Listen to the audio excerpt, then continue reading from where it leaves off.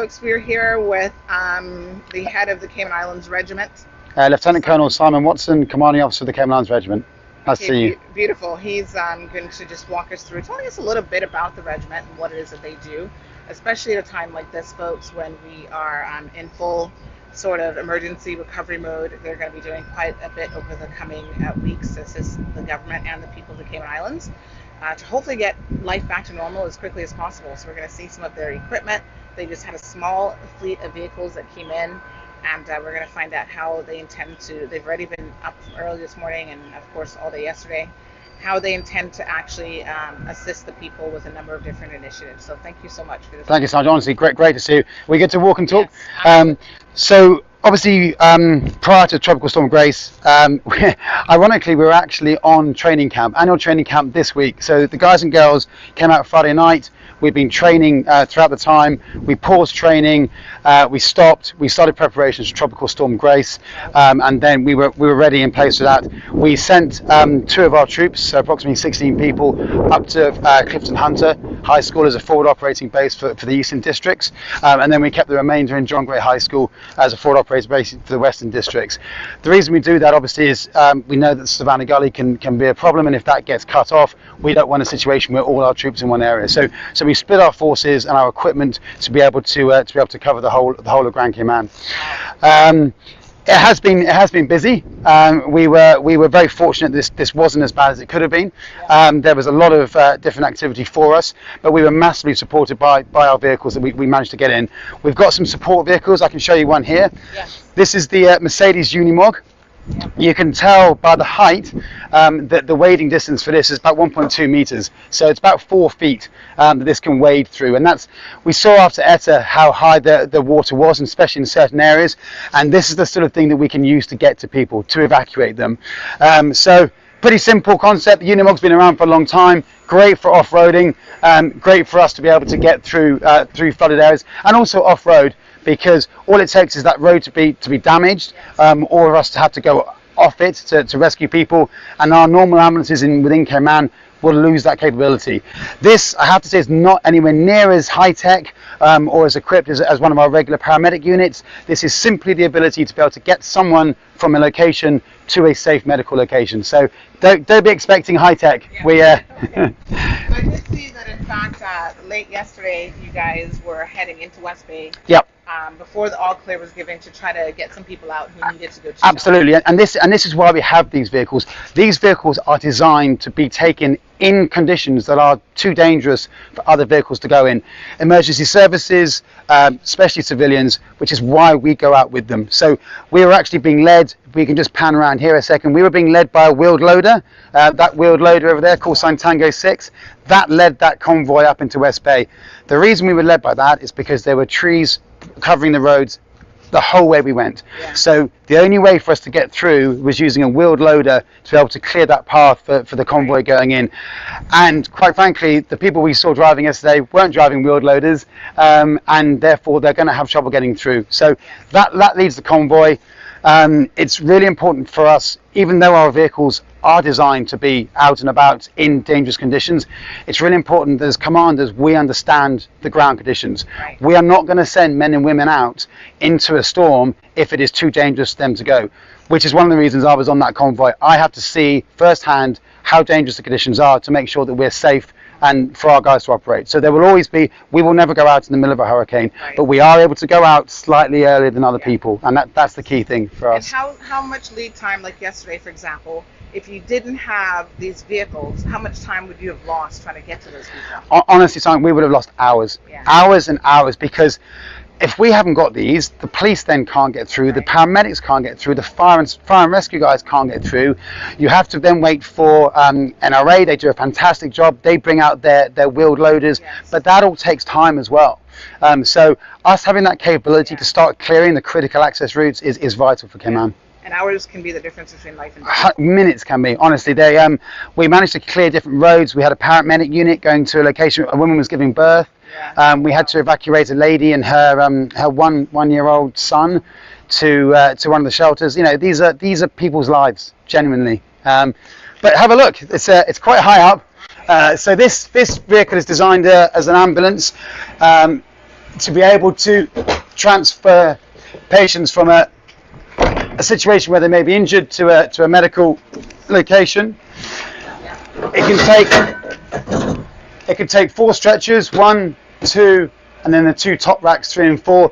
But it can also seat 6 people as well. So it's very useful if we have to evacuate people. There's all the proper seat restraints in place, and we can have a team member or a medic on the jump seat in the middle as well.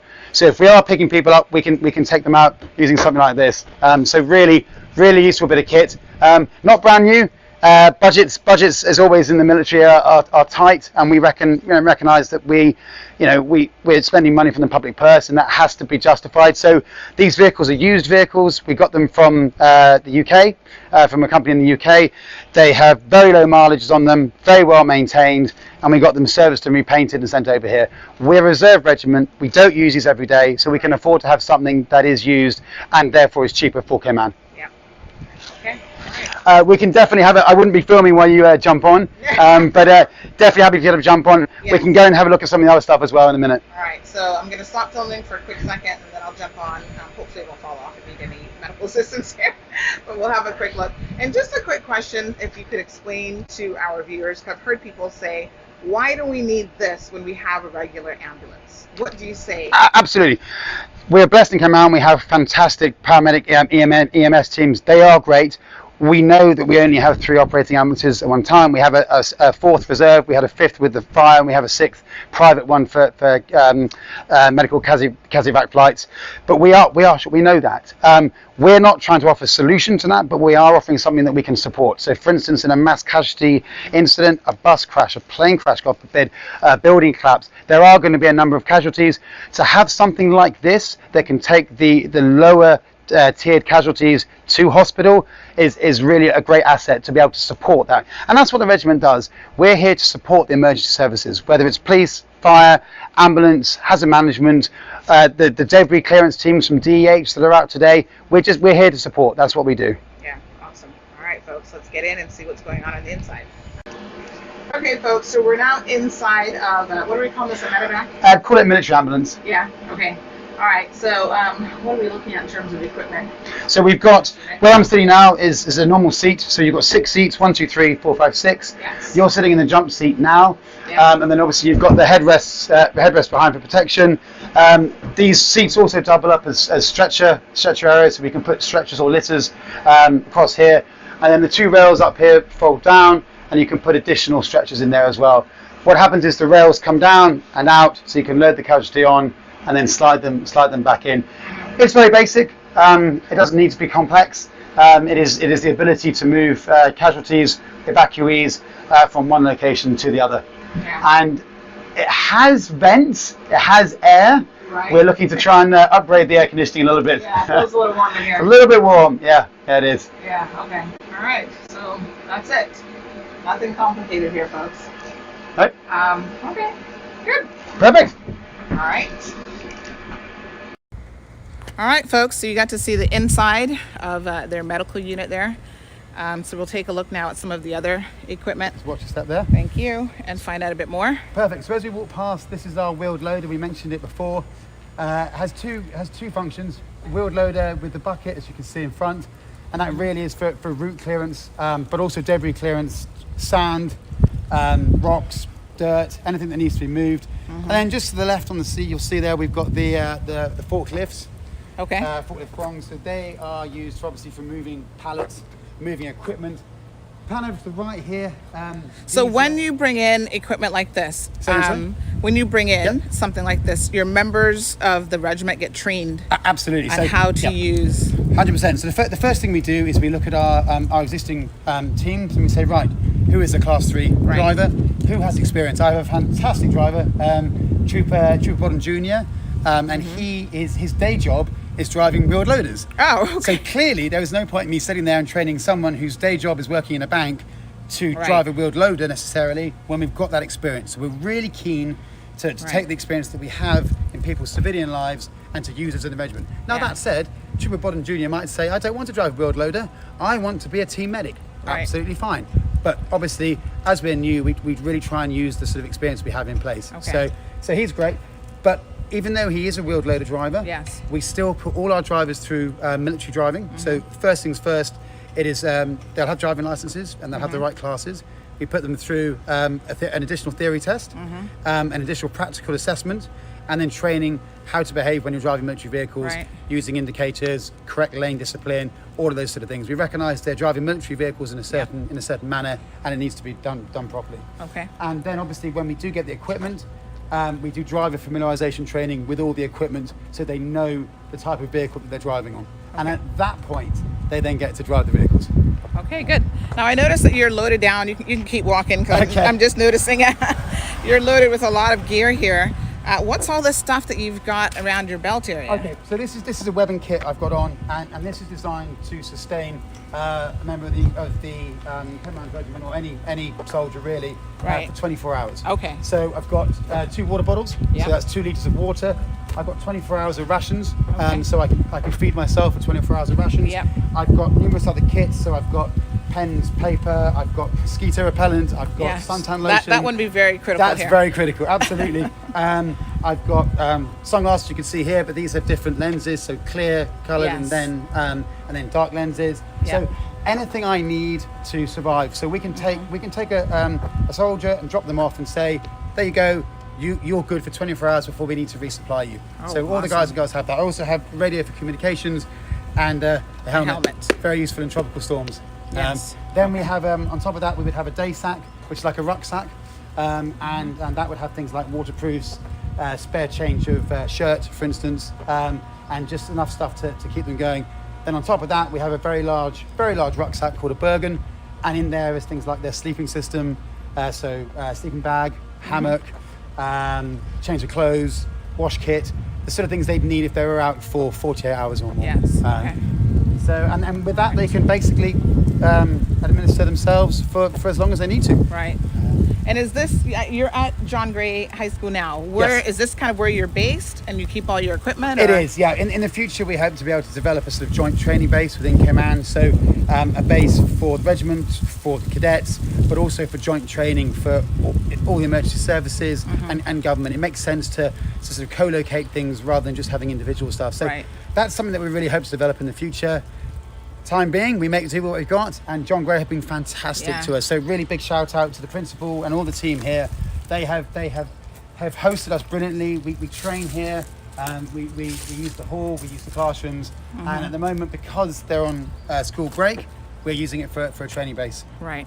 Okay. Brilliant. All right. Next vehicle. This is a MAN truck, but the key thing about this is it has a high-ab crane. So really simple, flatbed with a crane, able to drop off supplies, equipment, whatever we need it for. Right. Again, very high level of the vehicle, so wading depth 3 feet on this, and really the guys love driving it. I'm not a class 3 driver, Yes. but the guys love driving this apparently because it's automatic and they're very simple, so they're very happy with it. But that's it. It does what it says on the tin. It's a military vehicle, so it has a number of other things. Obviously fire extinguisher, it has storage for tools and equipment, and it has storage for jerry cans for fuel. Right. But that's it. It's just a truck with a crane. It also has a generator which we can use to take power tools off as well, if we need to. One thing to note, we'll see it in a minute, the cargo truck, they're all the same base vehicles, which means that when it comes to driver training, when it comes to maintenance and servicing and spare parts, we can use them across the fleet. You've simplified it, which is really, really important. I Okay. say fleet, we only have 3, but Okay. in the future we would try and keep that continuity, Right. and it's a lot easier for our mechanics and our guys to get trained. We have a number of drivers, and our intent is to train them up as mechanics as well, so that they can service and maintain these vehicles. Okay. Now I understand that you recently got new vehicles. Tell us a little bit about that fleet and how many were in it and what they're for. Absolutely, yep. They are new to us. So as we mentioned before, they're used. We've got the wheeled loader you've seen the military ambulance. We've got 2 of those. This is a cargo truck. We've got 2 of those, and then we've got the one crane truck as well. And there's one vital piece of equipment which is just around the corner. You'll see as well, which is our mobile field kitchen. So we're going to be trying that on exercise this weekend, and that is the ability to be able to feed hundreds of people post-disaster. We know after disaster, shelter, water, food in that priority, but it's key for us to be able to, if the public don't have power and they are hungry, to be able to offer a resource to government to be able to say, well, we can set our chefs up with this equipment, and we can start churning out, hundreds of meals a day to people in need. Yeah. Absolutely. Wow. So again, cargo vehicle, same basic layout as the one you saw before. No crane. This has sides that flop down, so you can have a loaded flat if you want to use it for taking out pallets, supplies, equipment. This one, we have a canopy at the top to protect passengers from rain and from heavy sunlight. If you look into the back here, what hopefully your viewers will be able to see is something that looks like a roller coaster system. Yes. Can you see that? Yes. That basically is a secure seating system. So the guys strap in, they lock down, and they're fully secured, and that is to protect them in case of an accident. Oh wow. So that's why that's in there. That is removable. We can remove that using the wheeled loader, which allows us to then put supplies or debris. If we're clearing roads, we can take it away to the dump or wherever it might need to go. Oh, wow. Okay. And then our mobile field kitchen, which we're just going through it now. And as I said, this runs off diesel, gas, kerosene. Runs off a number of different fuels, and it allows us to cook for either the regiment on deployment or obviously anyone in need when we're looking at post-disaster. So our chefs are very happy. We've got two great chefs, and they're very happy getting to grips with this, because they've just we've managed to unload it this morning, and they're now going through it, familiarising themselves with the systems, and our mechanics are getting it up and running for this weekend. Wow. So you're going to do a test run over the next couple of days, essentially. Absolutely. Yep. Cooking. What kind of food can we expect? Caribbean people love to eat. I know. Well, everyone loves to eat. I mean, an army marches on its stomach. It's very important. There are two things in the army that are important. One is warm socks and dry socks, and the other is hot food. So it's really important for morale that we're able to do this. So we're actually, as part of the exercise, we're setting up 8 distribution points, as we would do after a disaster or tropical storm, or hurricane, sorry. And we're going to be doing that in West Bay at Ed Bush Stadium on Friday between 5 and 7. And we're doing it at East End Civic Centre on Saturday between 1 and 3. So real opportunity for people to come down, meet the regiment, see what we do. It's an opportunity for our troops to set up an aid distribution point. Yes. For our chefs to practice sort of mass feeding. Sure. For people to come down, see the vehicles, talk to us, find out who we are, ask any questions they want, and also for our chefs to practice and get a plate of food. Are we able and to get some free food as well. Yeah. So that's fantastic. I think the guys are looking at doing a chicken curry, rice, and a veggie option. So that's where they are. Very basic, but again, post-disaster, it's about keeping people alive. Of course. Rather than 5-course dinners. Yeah, absolutely. So, folks, this is fantastic news. The sort of mobile kitchen unit has just arrived on island, and this is a test run because thankfully, I guess Grace could have been a lot worse. But everyone has to do a test run. We keep encouraging all of you within your homes, go through your safety, storm prep, do a test run of anything that you need to get done. And of course, the regiment has to also do exercises, and they're going to do a few over the next couple of days where they actually set up this test kitchen, see how it works, and maybe the chefs need to tweak because this is new equipment for them. So it's possible that they may need to tweak a few things in terms of their learning curve. But come out and grab some food and see how it is, really. So this is, how do you transport this, by the way? So this is a trailer hitch. Because it can go on the back of one of the trucks or one of the ambulances. Okay. It's a NATO hook basically. It's designed to hide in. So it's fairly high because the vehicle's obviously higher up. Right. So it just goes on the back of a truck. Oh, okay. And take it across. Right. Wow. There you go. Good stuff. And it's amazing that it pretty much takes all the different gas options just in case. Again, and this is what you get with the military. If you just had a trailer that just took diesel or just took gas and you couldn't get it, that trailer is now useless to you. So it's about designing something that can be used in a multitude of different ways and to be used, when you're scarce of something, and you can use alternative methods. Awesome. Yeah, sounds wonderful. All right, so folks, you're getting a real insight into the regiment here today to find out different things that they do, different vehicles that they have. We're going to continue speaking with Mr. Watson, and I'm sure he's got lots more that he'll be sharing with us. We'll just take a quick break, and we'll continue recording here in just a sec.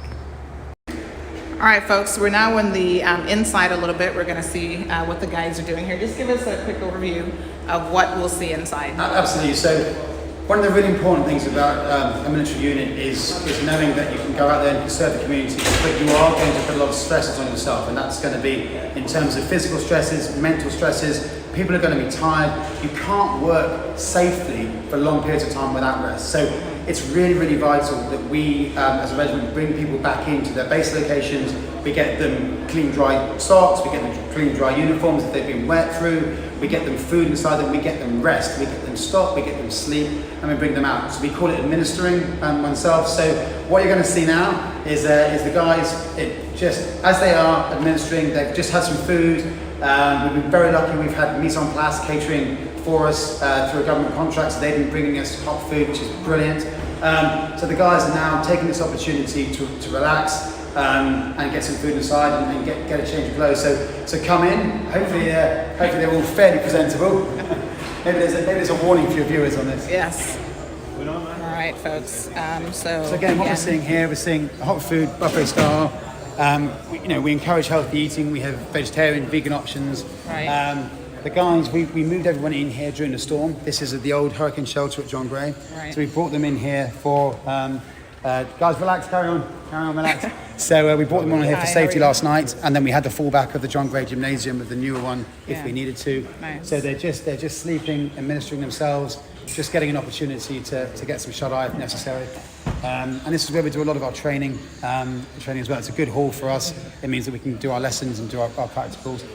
Over on the right, you'll see we've got some of our equipment. Most of the equipment is out in the vehicles already, and a lot of it is with our other two teams over in the Eastern Districts.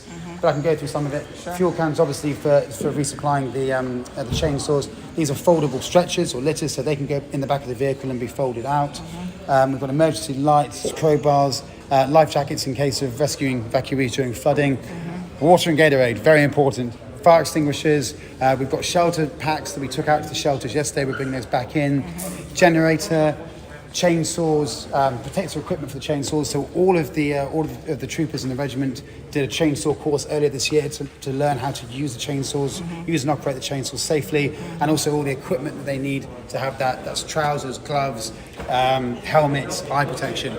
It's anyone can pick up a chainsaw and use it, but to use it safely is really important. And our guys were using them at night in difficult, dangerous, wet conditions, so they have to be really safe. Safety is paramount. Yep.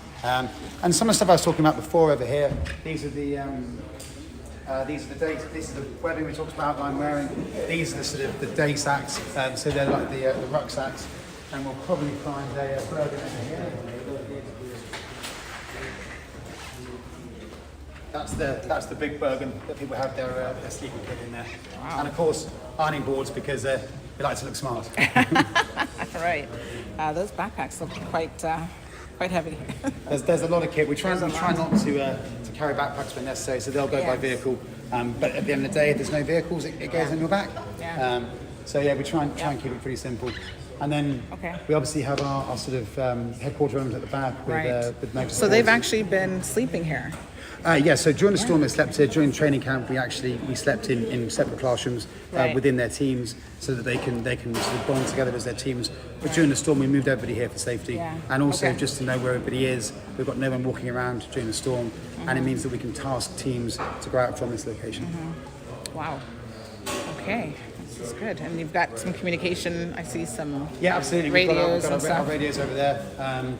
Obviously, it's really important for us that whenever teams are out in the field, we've got communication with them from a safety perspective, and it just enables them to communicate when they're out and about. So that's us. I won't just film the whiteboard because it's got personal numbers on there. No worries. That's it really. But this is us. It's basically guys and girls from Cayman just volunteering their time. 95% of them, as I said before, are reservists. It means they've got family at home. You've got women in the regiment. Yeah, absolutely. Well. Yes, absolutely. We've got females throughout, from troopers all the way up to officers.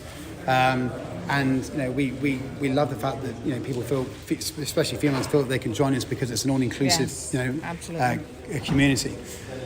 So yeah, as I said, the guys are 95% of volunteers. They're like you and I. We have full-time jobs, and they volunteer their spare time to come out and serve. That's amazing. And they have families at home. So, as much as possible before the storm, we sent everybody home for a few hours to make sure that their families are safe, their properties are safe, because they need to be mentally focused on what we're doing, rather than sort of having to think about their loved ones at home. Right. Wow, brilliant. Okay. All right, folks, so we're just taking a little lunch break here now. We're going to do working lunch. We've got some beef, some cauliflower, I don't even know what it's called, but it's a nice veggie dish.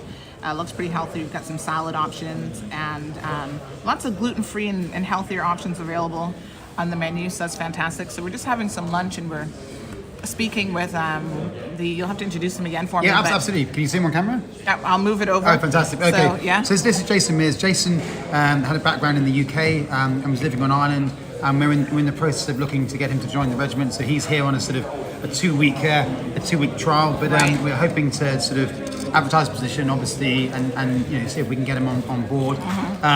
Jason is basically the only reason we've managed to get our vehicles on the road. He has a 14 years background of being a mechanic on these type of military vehicles, very specific type of military vehicles, but also sort of heavy recovery in dangerous locations. He's also a trained electrician, which is very useful when we're having generators.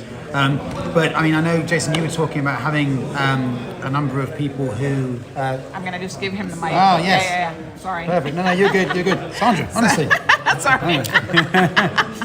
There we go. So we want to make sure that we can definitely hear him. Yeah, we'll sit like this so you can probably hear both of us. So, and the great thing about, I'm from the UK, I've been in Cayman 8 years. I want to set this regiment, we all want to set this regiment up so that people in Cayman can come up and get trained and move through the ranks. And that's the important. We don't have a military background in Cayman. We know that. It's as if we were setting up a Cayman space station or a space agency. We don't have Cayman astronauts. But it's important that we can set this up now. We can take young Caymanians and build them up. We can take young Caymanians, send them to Sandhurst, send them to become officers and train them up, so that in 5-10 years' time, when all of us old fogies have disappeared off and are putting our feet up somewhere, we've got Caymanian leaders. We've got leadership in the regiment. We've got Caymanian engineers. We've got Caymanian mechanics, and that's what we want. We want that to happen. Jason's over from the UK. He and his family have moved here. His wife works here, and again. Having Jason as a sort of mechanic sergeant looking after all the vehicles and the health and safety enables us to then train people up. And I think you were saying that you've got a number of people already that want to be trained up. Is that right? Yeah, absolutely. So I've had a good few members of the regiment coming up and telling me that they've got the smallest amount of experience with vehicles. They want to come up and learn how to drive them, learn how to fix them. Like the Colonel was saying, the way the vehicles are set up is actually quite specific to a military background. So the Unimog is very much a military vehicle, very, very old-fashioned, but really great truck. And the MAN trucks are, again, very, very specific to an army, from an army vehicle mechanic background. Being able to bring these guys through on these sorts of vehicles is fantastic.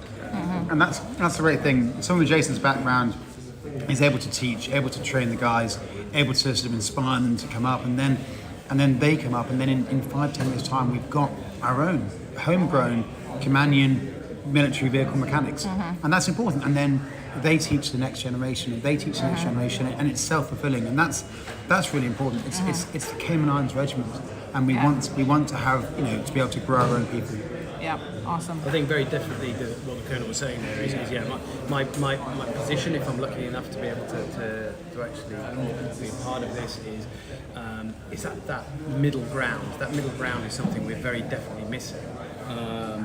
We need to have the sergeant, the staff sergeant, who is able to then train the junior ranks and the corporals what they need to be doing. Everything from how to tape your feet up when you've got blisters, or last night it was a revelation to everybody to stick newspaper in your boots to keep them dry after we've been out in the rain all day. All that sort of stuff. It was quite funny. I think a couple of the newspaper people out here will think that they've sold a load of newspapers. They haven't. They've just ended up in our boots. Yes. But yeah, no, it was absolutely fantastic. These guys, and they really want to learn as well. Yeah. The camaraderie and the smiles and these guys, I've never known so many people want to go back out in the rain to get wet again, to do some more stuff to help the community. I mean, all these guys are just raring to go every single minute of the day. Yesterday it was brilliant. Wow. Really, really good, and loved being part of it. I loved that. You know, it took me back. It's 20 years since I left. Yeah. Wow. It took me back to being in, and probably don't tell my British friends and colleagues from before. Yes. But this bunch of guys are absolutely fantastic. They really gel together. There's a fantastic sense of humour in here. I'm sure Corporal Banks won't mind me mentioning his name, but he just keeps these guys going every minute of the day. You know, it's fantastic. It's great to see. It feels like British military already. Yeah. And Nice. you know, the great thing about Cayman is that, you know, we're not replicating, you know, the UK. We're not replicating America. We're not replicating Jamaica. This is our own regiment in the Cayman Islands, and it's about Caymanians, and that's what it's about. And it's about the community. You know, we are a cross section. I'm from the UK originally, as I said. I've been here 8 years. You know, we've had our child here. This is about. I met my wife here. This is about people in Cayman standing up for their community, and these guys and girls here, they train together, they work together. It is humbling to see them come out every day. I've served in the regular army. I've served a little bit in the territorial, the reserve forces, but this is the first time really I've been in a reserve regiment. And it is a lot tougher because everyone has their full-time jobs and their priorities.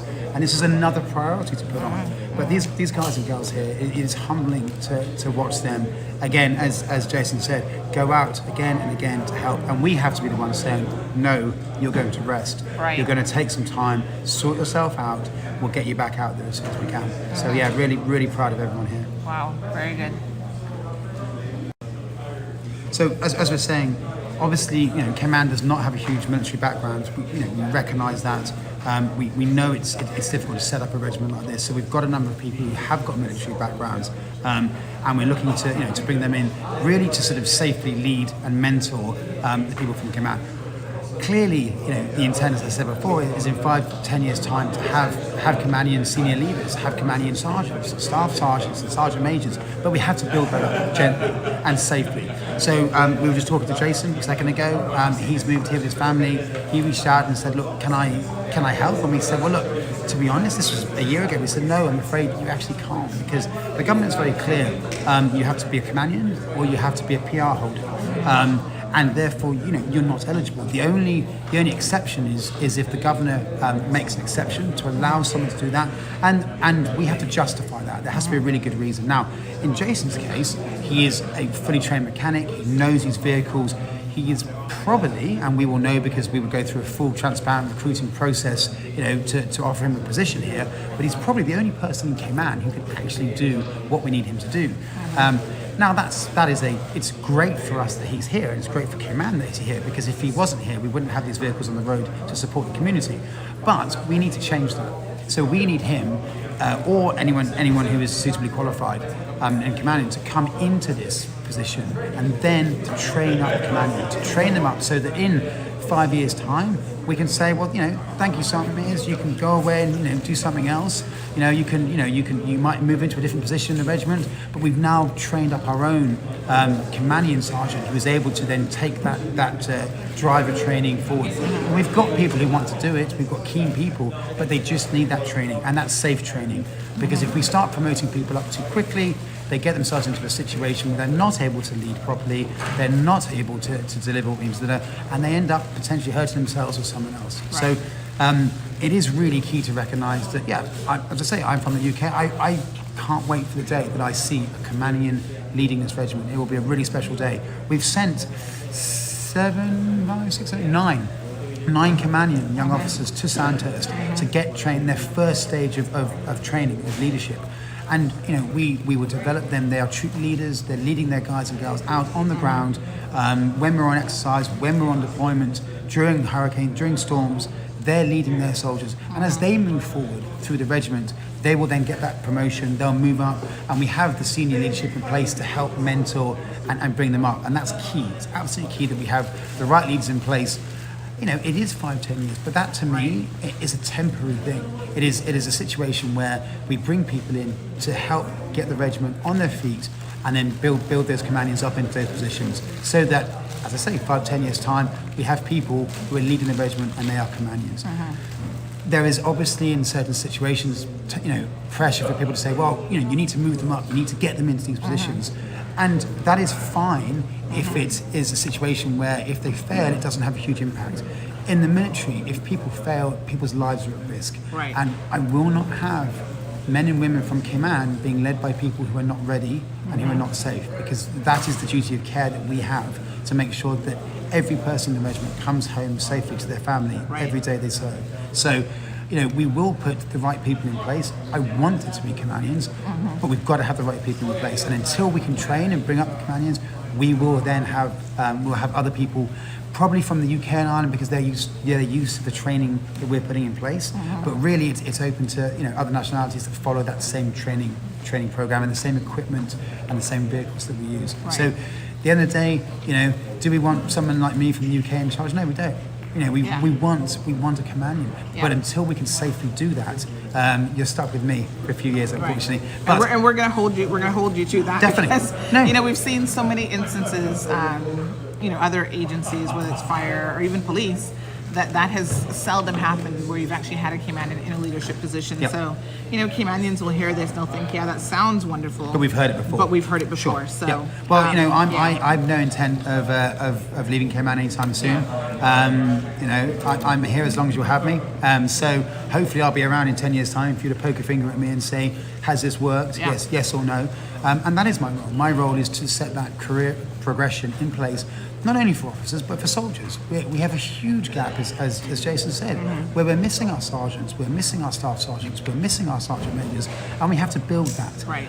We've got brilliant guys here, and guys and girls who are keen, and we've run a junior leadership course already this year, so we've got people who are promoted into Lance Corporal positions much quicker than you would do in a regular army. But we've identified them. The trainers from the UK have identified them. We've identified them and said, this person has something about them. Right. They've either got maybe previous experience in a supervisory role in their job, or maybe they haven't. Maybe they've just got good leadership ability, and we say to them, right, let's look at you, let's talk to you. Would you be interested in going on this course? If you pass the course, we can give you experience and in an acting role, and then we can promote you up. The next step, of course, is another course, and then more experience. And again, it comes down to experience and training, and then we can move people up into those positions. Right. Now, what are the you're throwing out a lot of titles out there. Give us a big rundown. Really. Sorry. That's okay. For those of us who are not all that familiar with military titles, tell us, maybe starting at the top and kind of working our way down, what all the different titles are and more or less what they do. Absolutely. So at the top of the regiment is the colonel of the regiment. The top is the commanding officer, which is myself, and I'm a lieutenant colonel. I would have a rank slide on, but we're in combat, so we don't have them. But a lieutenant colonel is in charge of the regiment. Below that you have a major, and then a captain, and then a lieutenant, and then a second lieutenant, which is what you have when you first commission out of officer training. Below that you have a warrant officer first class, which is our regimental sergeant major is a warrant officer class 1. Then you have a warrant officer class 2. Below that you have a staff sergeant, then a sergeant, then a corporal, then a lance corporal, and then a trooper. So it sounds like a lot, but actually it has been honed to a very, very fine point over hundreds of years across the world of military service, and it works very well. So we have troopers when they join. They're split into 5-man teams, and each team is led by a lance corporal. And then the troop itself of 15 people is led by a junior officer, a lieutenant. And then those troops are then led by a major. And then those majors are then led by a colonel. So it's a sort of pyramid but it all works very well. Everybody knows where they are in their teams, they know who their immediate boss is, and they know who the second person in charge is in case their boss is away or incapacitated in some way. Right. Now, I just noticed that someone just stood up and gave a little salute, and I saw that when we first walked in as well. So what are some of the protocols in terms of when you would do that? Again, because we're talking about rank and that sort of thing. Absolutely. So if you're wearing headdress like a beret or a peak cap, you salute. If you're not, you sort of you brace up, and it's really just a sort of sign of showing respect. In the old days, people would tip their hats as a sort of mark of respect. This is really a sort of a way of showing respect to a senior officer. Right. And that's it. But it's obviously received by the senior officer with, again, a salute or a bracing up to sort of respect the compliment that's being paid. Absolutely, acknowledge the compliment that's being paid. Okay. And we're going to speak to maybe a few different ranked individuals. Absolutely, you've heard enough from me. So come and talk to the important people, Awesome. The troopers. All right, folks, so we're here with Trooper Bodden Jr. He's going to tell us a little bit about what he does as part of the regiment. Good afternoon. Good afternoon. First of all, we're Caymanians, so everybody wants to know where you're from, who you're from, the usual. So I'm born here in the Cayman Islands. Yep. Yes, Your district? district of Georgetown. All right. But you're from West Bay? Yes, ma'am. Yeah, okay, nice. All right, so why did you decide to join the regiment? Like, what was it about the regiment that you thought, this is something I might be interested in? I firstly wanted to help out my community and better the island. And then, first and foremost, when there's storms, I wanted to be the first person out there to help and render aid to those that need it the most. For example, the elderly and those that can't care for themselves. Right. So it's just your desire to help others that led you Most definitely, to the yes, regiment. Okay. And how long have you been serving in the regiment? When did you get started? The 16th of this month was 1 year officially. Wow. So you were part of the first group then? Yes, ma'am. That got started. Amazing. And how have you found it so far? It's awesome. It's really amazing. Yeah? Yes, ma'am. What's the best part of the job? Helping others. Yeah, going back to that desire to help others. Yes, ma'am. So you've got a little bit of action over the last couple of days because of this storm. Did you have any surprises with that, Tropical Storm Grace, or were you pretty much expecting that we would have what you've seen out there? I expected this, ma'am. We were prepared for it.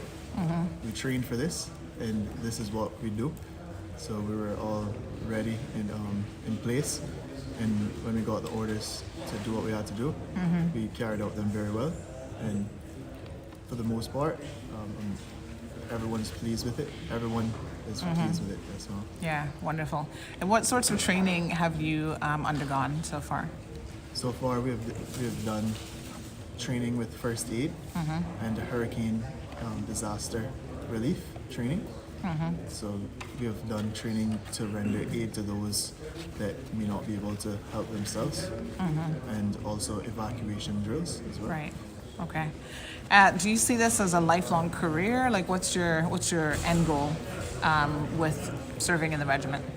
The regiment is something that I would like to be a part of as long as I can. Yes, ma'am.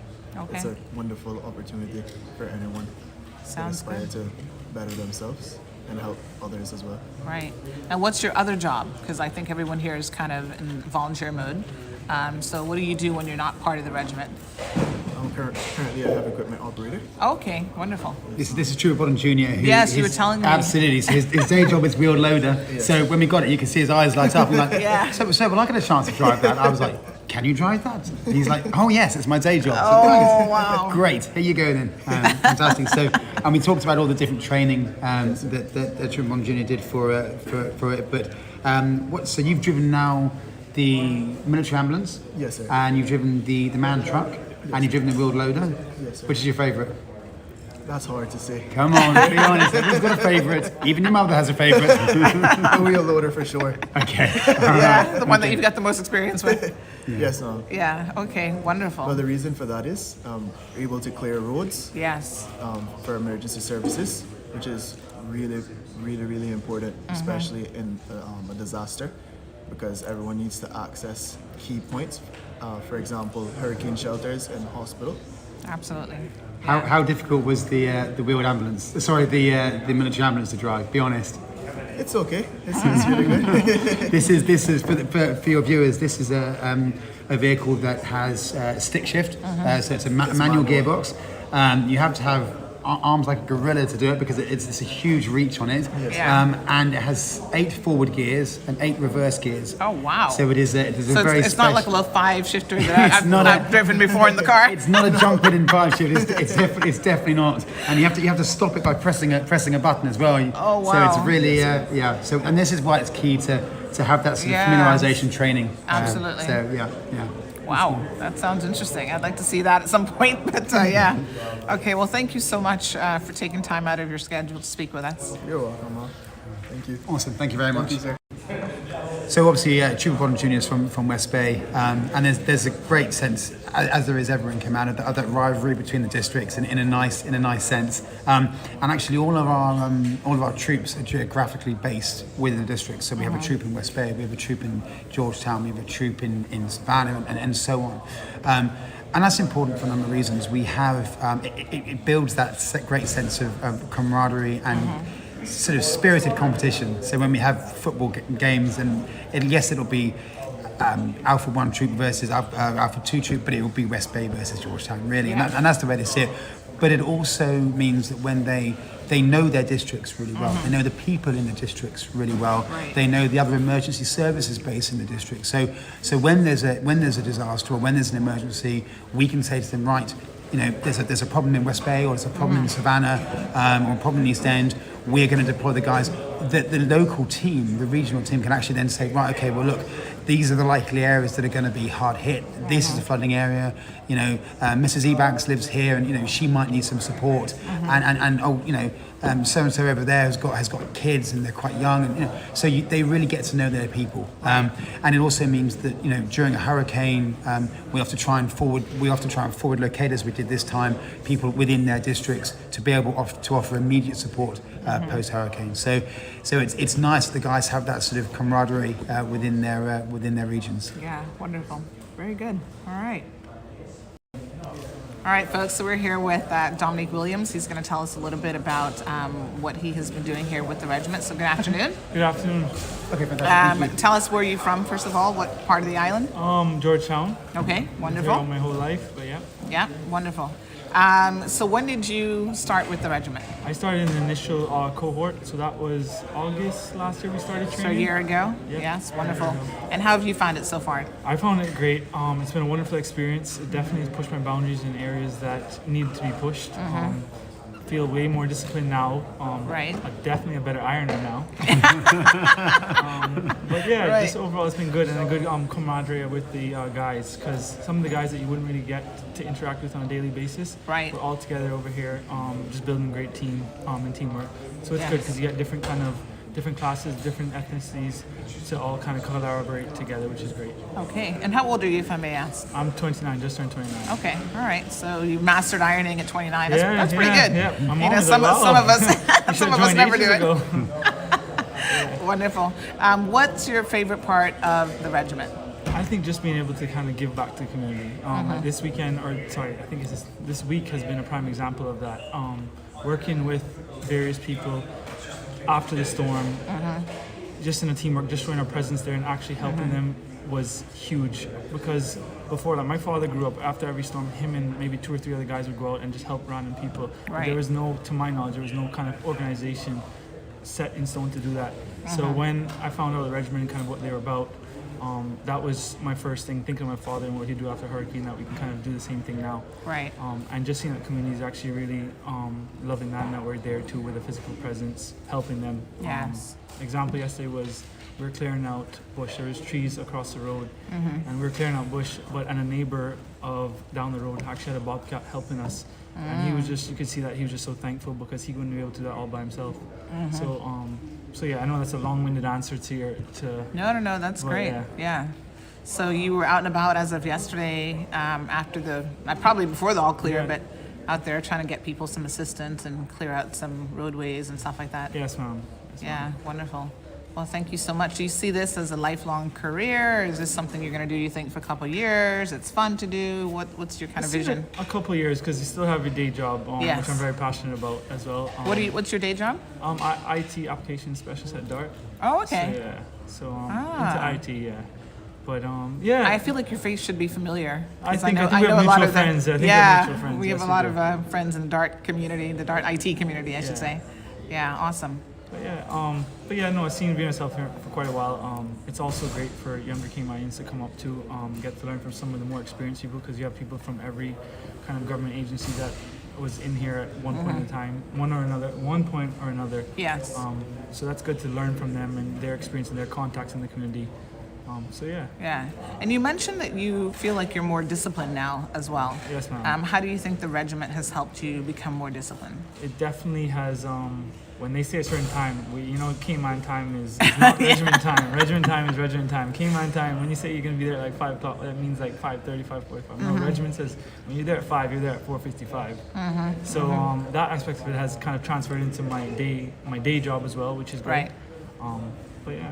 So you're a little bit more disciplined with time management. I would like to think so, yeah. Yes, and you've got ironing down to, you could become a professional ironer now. I'm quite professional, but getting there.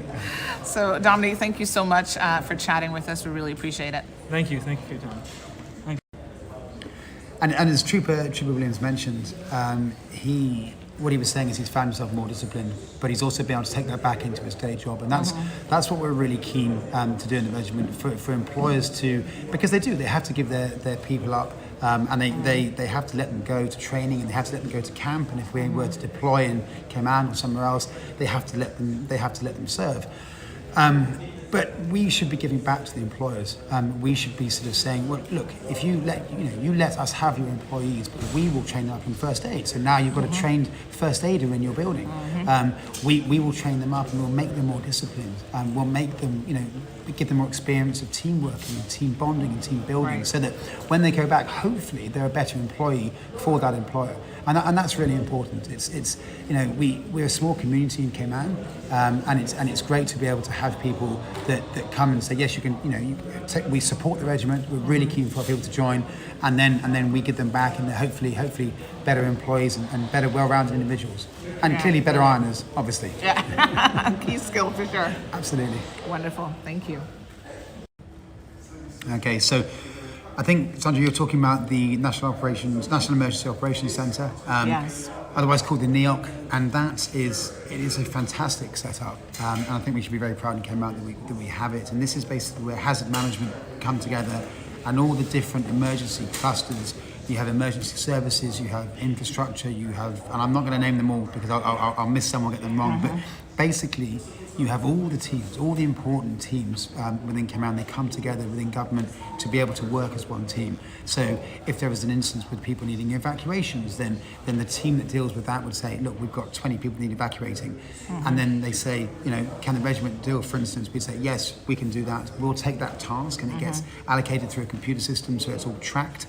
And we say, yeah, we'll take that task. They task us with it, and then we deploy our troops to go and evacuate those people, and then we say, task complete. We have the need to open shelters, so that goes to the shelter team, and the shelter teams stand up and operate that. We have calls for Coast Guard or fire or police, and again, they go to that and they deal with that. So it's a really, really efficient structure, and it's set up by hazard management and the director Danny Coleman, and they run it all and they facilitate it, and it's in a sort of big room in government, and it's a great asset. It's a really good asset, and government websites will have more all about it, and they'll be able to describe it much better than I can. But we're obviously a key part of that. We sit in the operations cluster for the NEOC, and that basically means that anyone else within the NEOC can ask us for support, whether it is the debris clearance guy saying, hey, regiment, we need a wheeled loader or a chainsaw team. Yep, we've got that. As I said before, evacuations. Hey, we need to evacuate. Can you do it? Yes, we can. No problem at all. There's been a car accident. People are injured. Can we get some support for the EMS? Yes, we've got first aiders. We'll send a team for that. And that's really key. It's key that everyone, we can support those different areas, and it works. And it worked really well over the last 24 hours or so. 36. It's been going a while now. They've actually closed the NEOC now, but they opened it up again. All those government agencies, they came in, they said goodbye to their families. They came in, they settled down at government. You know, there was sort of beds in different rooms. There's food brought in, and they're there for the duration, and they're there in shifts to enable people to get sleep. But they're there to see that storm out and to keep everything going. We've got the infrastructure team. They're looking at how long they can keep the power on for, how the water is doing, you know, how the Wi-Fi, the internet capability. So they're looking at all of that. Right. And then of course it closes down some parts of it during the storm, some stay up, and then how quickly they can get it back up again. So really, it's all the key areas come together, and it's run so efficiently. And I'm so impressed to be part of that, and we're just really grateful that we can assist and help. Yeah.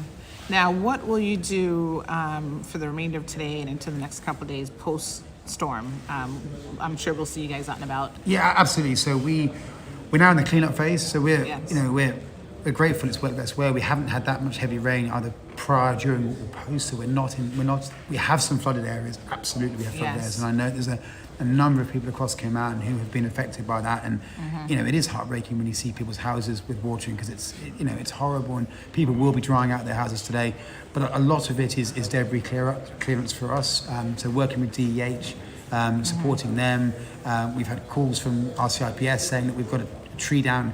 Can we get some assistance? Right. You know, to be able to get the traffic flowing, because we know what the traffic's like sometimes, and if you've got a dual lane road and it's only down to one lane, the traffic's only going to get worse. So it's really about getting Cayman back to normal. So debris clearance today, we're looking to wind the guys up about 3 o'clock. Okay. And get them home, get them a bit of sleep, get their clothes cleaned, because tomorrow morning we go out on exercise. Exercise is a sort of practice deployment. So we'd planned this exercise for Friday, Saturday, and Sunday. Right. And we actually had a huge amount of tasks in the exercise for people to be able to practice evacuations and flooding and this and that. And now you're getting some hands-on. Well, now we've just actually experienced that for the last 24, 36 hours. So we'll be able to sort of slow that exercise down a little bit and be able to do some different tasks, looking at people administering themselves in the field.